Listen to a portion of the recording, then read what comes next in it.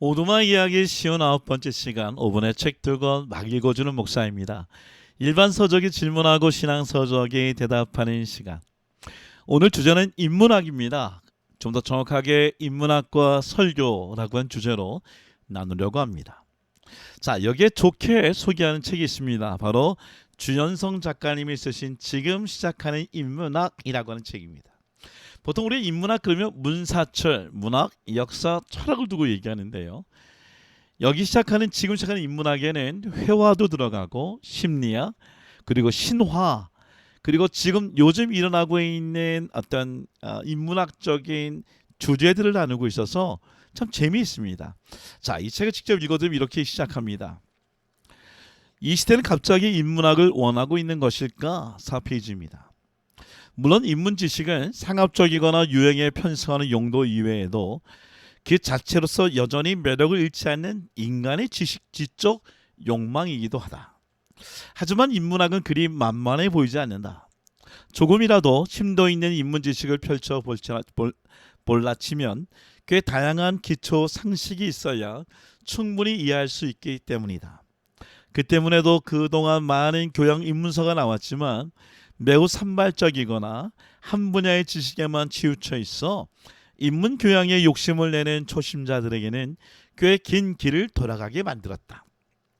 이에 어느 정도 깊이 있는 인문서를 읽는 즉시 바로 소화할 수 있는 그런 체계적 지식을 전달할 수 있는 책이 있다면 얼마나 좋을까 하는 생각을 해보았다. 앞에서 언급했듯이 이 책은 한 분야에 아주 전문적으로 깊이 다루기보다는 자, 인문학이 무엇인가 흥미를 가질 수 있고 전체 분야를 볼 수 있는 책을 잘 요약한 책입니다. 사실 이 책을 요약하면서 사실은 이지성 작가가 쓴 리딩으로 리드하라를 한번 이 분야를 좀 집중적으로 얘기하고 싶은 부분이 있어요. 그 이유는 뭐냐? 특히 인문 고전의 중요성.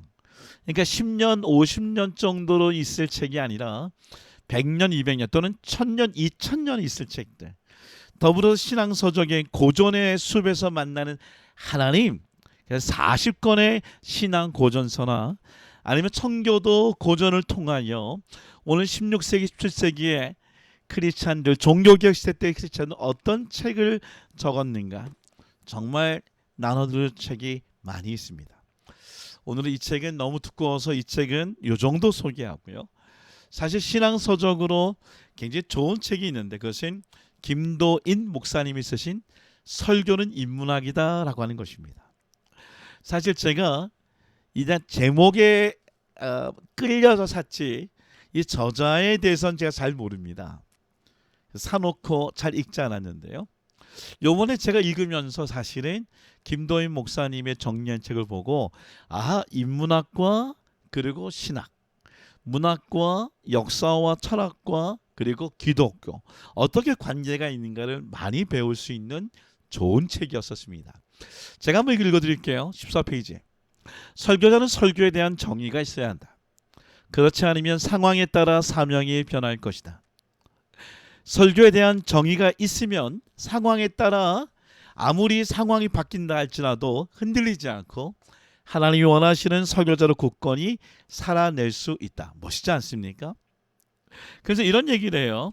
설교 인문학, 설교의 구성 요소와 설교 글의 관점으로 봤을 때 내린 정의다. 설교의 내용은 신학이다. 그래서 바른 성경 해석을 해야 한다.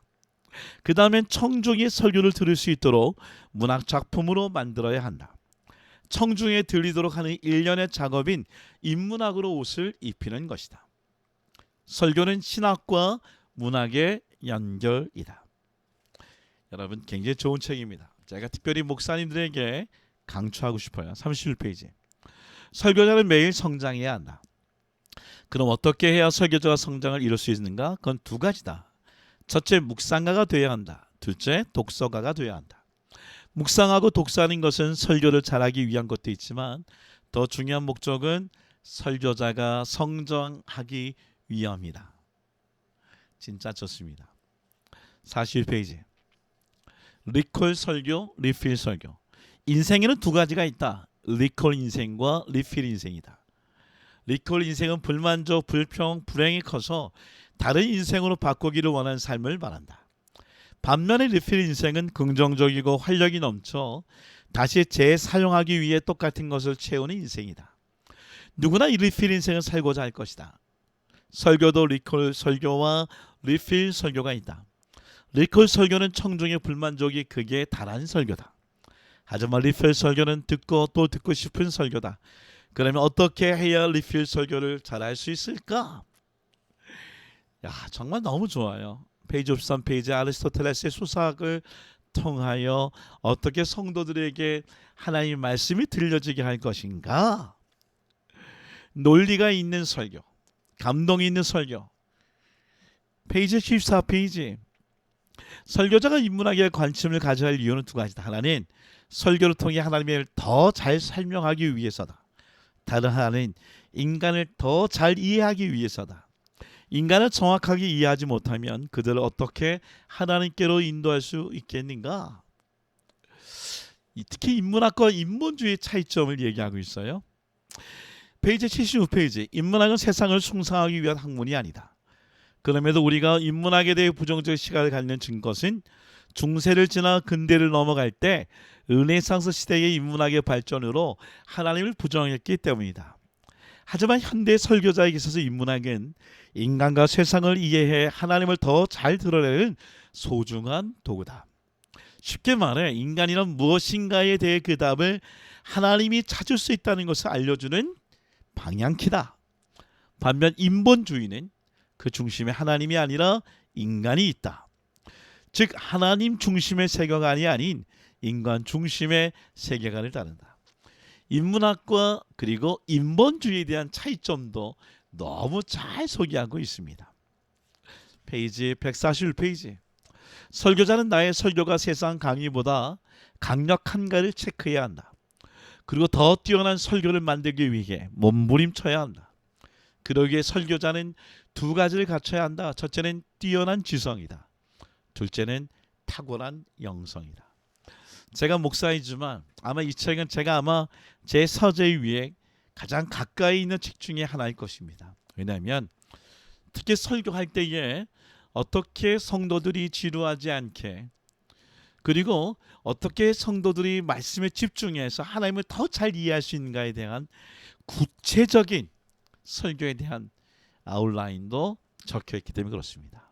여러분 지금 인문학적인 시대라고 얘기합니다. 그냥 막연하게 알지 말고요. 이걸 통해 하나님의 말씀을 구체적으로 알 수 있는 기회가 되기를 원합니다.